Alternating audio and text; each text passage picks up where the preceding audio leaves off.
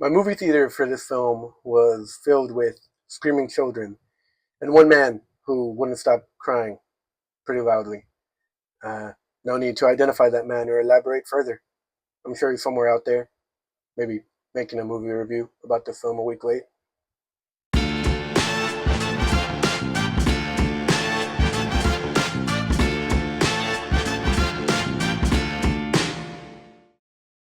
So Toy Story 5 is Pixar's latest reminder of our own crippling mortality and that the years don't just fly by, they somehow teleport. Because in the blink of an eye, 31 years went by like that. You would think that 30 years in, 5 films into the franchise, these movies would start to feel like soulless cash grabs. And maybe they will one day, but not today, and not with Toy Story 5. The film is directed by Andrew Stanton, who's no stranger at Pixar. He's given us a lot of classics, such as Finding Nemo, Wally, Finding Dory, and he co-directed A Bug's Life, among other films that he's a part of over at Pixar. So he knows what to do with the Pixar IP, and he knows how to do it well. He does it once again with this movie because this really is a relevant, updated, not necessary, but if we're gonna get a fifth installment in the franchise, it's good. It's not. It feels like a story that should be told in these times. Whether you go to the park, whether you go to your local Denny's, the airport, anywhere you go that's like a social surrounding, you're gonna find an iPad kid. You're gonna find a bad parent next to them that's ignoring their needs and just kind of going by about their day.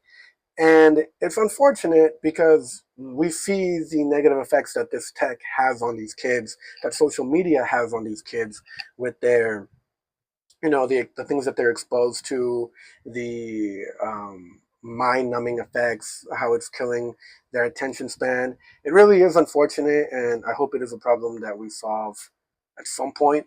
But we do see how the toys tackle this issue, not in the broad spectrum. They're not here to save the world from technology. They're just here to help Bonnie deal with the new iPad that her parents give her. Her parents see her struggle to make friends, struggle to make a social circle, and it's very obvious why. Every kid in her neighborhood, in her social circle, is an iPad kid. They're just stuck to that tablet, and so it's hard for her to make friends when she's still playing with toys. And so when they get her Lily Pad, that's the name of the iPad for kids in the movie, we see how it cares about Bonnie. It wants her to make friends and it tries to help her the only way it knows how, through technology, through the internet, through social media. And fortunately, we get to see the negative effects that has on Bonnie, as it's not really a place where you make real friends, most of the time. Anyone who's been on social media, knows that what's on there isn't really real. It's not authentic. It's all what needs to be presented, what we want to show the world. And oftentimes what we want to show the world isn't real. It's, the facade that we want to put on. So movie gets deep and I appreciate that. The movie centers around Joan Cusack's Jessie. I think this is the first time we focused on Jessie since Toy Story 2 when we got her backstory with Emily and how she was abandoned. And I think it's great because Jessie is such a great character. She was left as the deputy through Woody in the last movie, if you're following the chronological order. In Toy Story 4, Woody leaves the gang to make his own life with Bo Peep, and he gives Jessie the sheriff's star, and so now she's sheriff. And so we see her step into that role of a leader with the toys and the gang, and it's great. It's refreshing.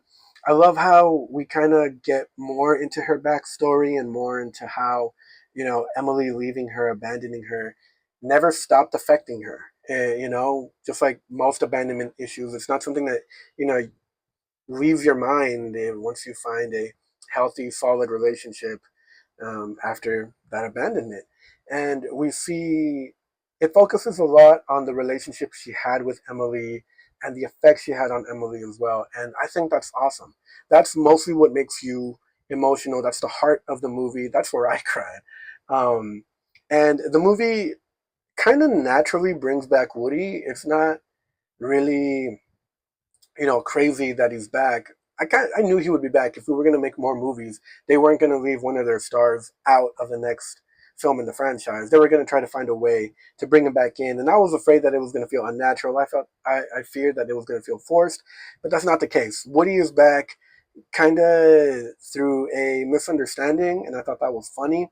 And seeing him bicker with Buzz again was great. Seeing all the things we're used to in the Toy Story movie is great. The only negative, if I were to give one, is that given that we have our leads, and every time a Toy Story movie comes out, we have a new group of toys that we're focusing on. The toys from the previous, films kind of get ignored and sidelined. We don't really get a lot of Slinky. We don't get a lot of Ham, a lot of Rex.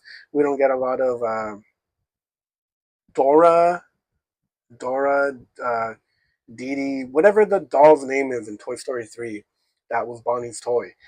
I'm even forgetting them because they barely had any lines. They had nothing to do in the movie. No spoiler. They're literally left in the basement, like for most of the film, and it's not like that's a side story that we're gonna follow. They just are there, and it's unfortunate because it's like we had all these great characters, and we want to see what they've been up to. We want to see their personal growth, but I don't think we focused on the original toys that aren't the main three since Toy Story 3. I think, even Toy Story 4, there wasn't much focus on them. Duke Kaboom makes a cameo. The Bunny and Duck, voiced by Key and Peele, make a cameo, but they aren't even voiced. So I just feel like they put them in just for the sake of putting them in, but we never hear them speak, probably because they couldn't get Key and Peele to come back for a 2 second, cameo, and that makes sense. We get a cameo from Bad Bunny, which is cool, I guess. I like Bad Bunny. I'm not a Bad Bunny hater, but it's like, what's the point of having him in here if he's here for 2 seconds? 2 lines of dialogue is what he gets. And we do have some other great toys that are added to the cast, like Conan O'Brien's. I forget the name of his toy. He's like he's old tech. He's like an old potty monitor, like a toy that was meant to help kids use the bathroom. I thought he was a great addition. Some of his friends were great additions. But then again, we're focusing more on them, and then there's no screen time left for the toys that we got to know in the other installments. So I guess that would be my only negative. I wish that we did have a way to focus on everyone, but then I guess the story wouldn't feel as focused as it does. But I mean, I'm just trying to pull negatives, out of a hat because I really don't have many. This movie's great. It's a great message for kids. It's great for their critical thinking, I think. And I liked it. I would recommend going to see it in theaters. I know this review's coming out like a week late. Life, work, everything gets in the way of this, but yeah, I do recommend going to see it even in the second week. I'm pretty sure it beat Supergirl in its second week when Supergirl came out yesterday.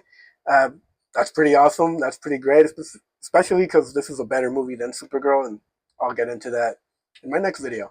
But thank you guys for watching. Please go check it out, like and subscribe, and I'll see you guys next time. Thanks.